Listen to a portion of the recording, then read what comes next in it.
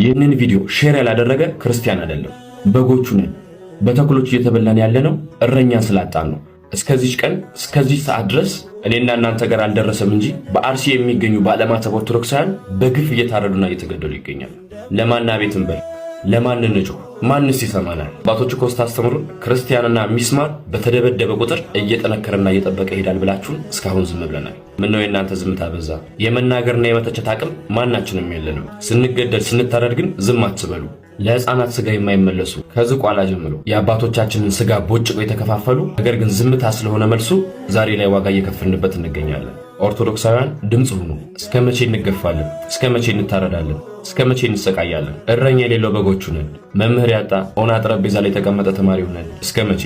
እየፈሰሰ ያለው ውሃ አይደለም ደም ነው፣ ንጹሃን ደም።